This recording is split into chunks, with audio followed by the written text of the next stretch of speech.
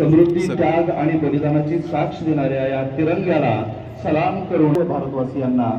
आजच्या या रविकिरणांना साक्षी ठेवून स्वातंत्र्य दिनाच्या मंगलमय शुभेच्छा, मंगलमय शुभेच्छा। यानंतर कार्यक्रमाचा पुढील भाग मी विद्यालयाची विद्यार्थिनी कुमारी अनुष्का सिलरकर हिला विनंती करतो की तिला या ठिकाणी संविधानाचं वाचन करावं। कुमारी भारताचे लोक, भारताचे सार्वभौम, समाजवादी, धर्मनिरपेक्ष, लोकशाही गणराज्य घडविण्याचा व त्याच्या सर्व नागरिकांना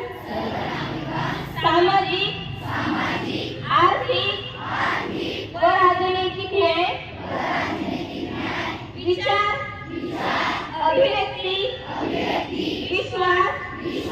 श्रद्धा व उपासना यांचे स्वातंत्र्य, दर्जाची व संधीची समानता निश्चितपणे प्राप्त करून देण्याचा आणि